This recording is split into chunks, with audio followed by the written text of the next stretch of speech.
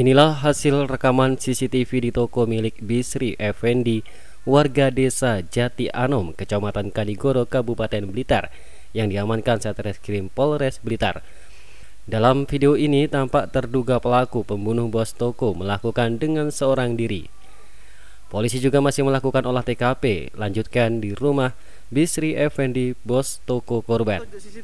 Dalam olah TKP lanjutan ini, Polres Blitar melibatkan tim forensik Polda Jawa Timur untuk mengambil sidik jari pelaku yang menempel di sejumlah tempat. Kasat Reskrim Polres Blitar AKP Doni Christian Baralangi pihaknya mengatakan, dari hasil rekaman CCTV masuk melalui pintu depan dengan menggunakan jumper dan masker. Untuk menghilangkan jejak, pelaku juga sempat menutup 6 CCTV dengan menggunakan lakban serta memutus kabel satu CCTV. Lisa itu semuanya menunjukkan gambar dengan orang yang sama, dengan ciri-ciri menggunakan jaket jenis hoodie atau yang ada tutupan kepalanya dan juga menggunakan masker. Kemudian yang bersangkutan menggunakan celana puntung atau celana pendek dan tidak menggunakan alas kaki. Pelaku nutup CCTV juga ya, Dek?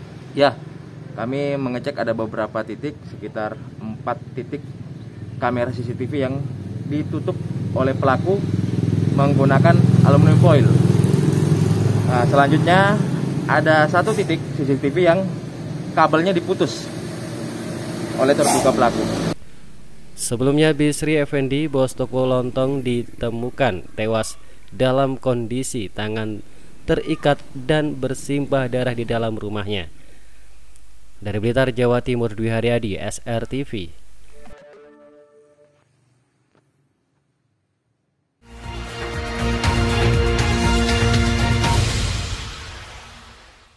Sejumlah wilayah di Kabupaten Madiun, Jawa Timur telah memasuki musim panen. Namun para petani banyak yang mengeluh, pasalnya harga gabah dari petani tidak seperti yang diharapkan dan mengalami penurunan harga dibandingkan musim panen sebelumnya. Seperti yang diungkapkan oleh Subani, petani warga desa Pucang Rejo, Kecamatan Sawahan, Kabupaten Madiun, menurutnya pada musim panen kali ini harga 1 kg gabah basah dihargai Rp4.000 per kilogramnya. Padahal musim panen lalu 1 kg gabah basah dapat mencapai harga normal sekitar Rp5.000 sampai Rp5.700. Sementara itu saat ini harga gabah kering giling hanya dihargai Rp5.200 per kilogramnya. Dengan anjloknya harga gabah ini, petani pun merasa resah karena dapat dipastikan petani tidak akan mendapatkan untung sama sekali. Yang ada hanyalah balik modal saja. Apalagi biaya operasional seperti biaya tanam, biaya obat pertanian, dan pembelian pupuk saat ini juga tergolong masih tinggi. Mas ya, istilahnya balik modal, untung nggak ada gitu loh Mas ya. Karena apa? Sekarang tenaga pekerja mahal, tenaga penggarap mahal, sewa tanah mahal, apalagi ditambah pupuk, subsidi dikurangi. Biasanya dapat 1 kuintal hanya cuma dapat setengah kuintal, 50 kilo. 52 itu kering. Kalau basah dari sawah ini kan ya itu tadi 400 ngoten ya. 441 nih loh. Berarti turun, Pak ya? Turun. Selain itu, adanya hama wereng yang menyerang juga membuat jumlah hasil panen menjadi menurun. Yang biasanya 1 kotak lahan menghasilkan 12 kuintal gabah, kini akibat serangan hama wereng hanya dapat menghasilkan 8 kuintal saja. Hal yang sama juga diungkapkan oleh Sarno, petani lain di wilayah Kecamatan Jiwan. Para petani di Madiun ini berharap harga gabah akan kembali stabil seperti semula dan dapat secepatnya dikendalikan, sehingga semangat para petani untuk produksi padi akan terus mendongkrak demi meningkatkan program ketahanan pangan.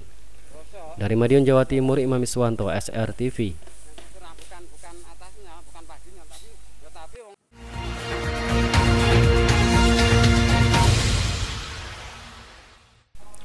Acara yang diselenggarakan oleh Komisi A Pemerintah DPRD Provinsi Jawa Timur diikuti seluruh perwakilan kepala desa yang ada di Kabupaten Madiun dan Kabupaten Nganjuk serta perwakilan lembaga BUMDesma yang tergabung dalam Parade Nusantara.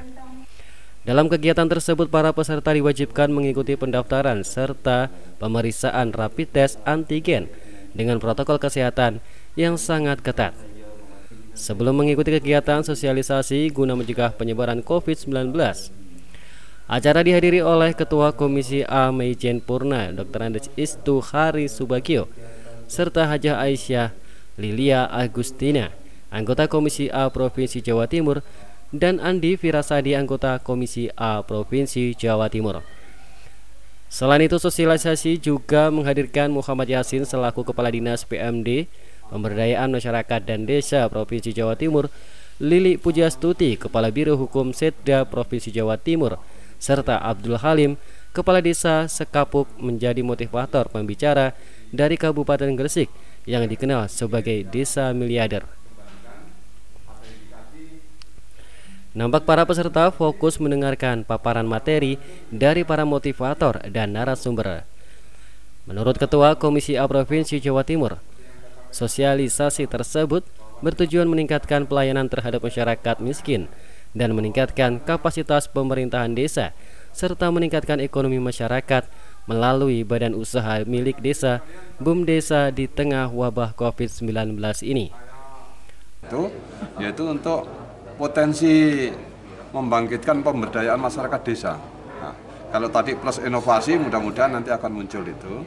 Kemudian dilanjutkan pembicara berikutnya adalah dari Dinas Pemberdayaan Masyarakat Desa, di mana ini sudah perhatian khusus kepala dinasnya sendiri yang akan menyampaikan. Nah, sehingga dari semuanya itu nanti semuanya akan kita simpulkan dan harus ada tindak lanjutnya.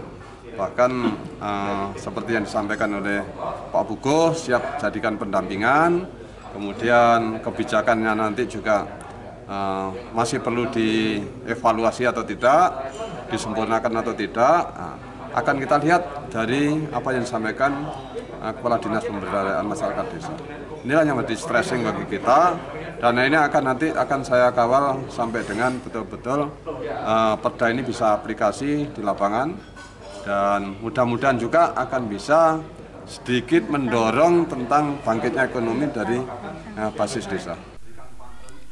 Menurut peserta selaku Ketua Parade Nusantara Nganjuk serta perwakilan ketua lembaga, sosialisasi tersebut sangat dirasa penting bagi seluruh kepala desa serta lembaga desa. Ini guna meningkatkan pelayanan desa serta meningkatkan kesejahteraan masyarakat desa di tengah pandemi COVID-19 yang belum usai, dengan menghidupkan BUMDes. Sudah membuka keran bagi kepala desa dalam rangka untuk meningkatkan pemberdayaan yang ada di wilayah desa. Tentunya ini merupakan sebuah pintu keluar dari selama ini mungkin ada sebuah kebuntuan. Dengan dibukanya sosialisasi ini, insya Allah akan menjadi desa akan lebih punya wawasan, desa akan lebih menuju desa yang mandiri, desa akan lebih menuju desa yang bisa berinovasi sesuai dengan apa yang disampaikan. Yang memang disampaikan oleh narasumber Pak Hugo maupun yang lain, yang artinya bagi Nganjuk sebetulnya banyak potensi-potensi yang memang sifatnya untuk pemberdayaan. Ya, kita sudah mengawali bersama Pak Kepala Dinas Provinsi kemarin pada 2 bulan atau 3 bulan yang lalu, yaitu BUMDesma yang sudah punya legalitas dan diakui di tingkat Kemendes. Ya, akhirnya kita ada tindak lanjut dengan perda ini. Maka harapan dari Asosiasi Kelembagaan Perlindungan dan Pelestarian yang notabene sekarang itu menjadi BUMDes. Kegiatan diselenggarakan dalam 2 hari. Hari pertama menghadirkan pembicara dari anggota Komisi A DPRD Provinsi Jawa Timur, serta sesi kedua menghadirkan Kepala PMD Provinsi Jawa Timur, Kepala Biro Hukum Setda Provinsi Jawa Timur, dan Kepala Desa Sekapuk Desa Miliarder. Dalam sosialisasi tersebut, peserta juga diberi ruang tanya jawab kepada pembicara motivator terkait adanya permasalahan kesulitan yang dialaminya guna meningkatkan pelayanan yang lebih baik lagi. Dari Madiun, Jawa Timur, Imam Iswanto, SRTV.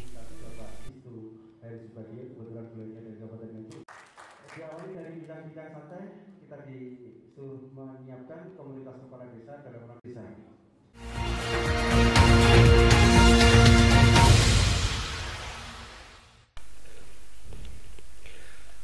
Ada-ada saja tinggal pelayanan publik yang hendak disuntik vaksin COVID-19, seperti ekspresi seorang anggota Badan Penanggulangan Bencana Daerah atau BPBD Kabupaten Madiun ini.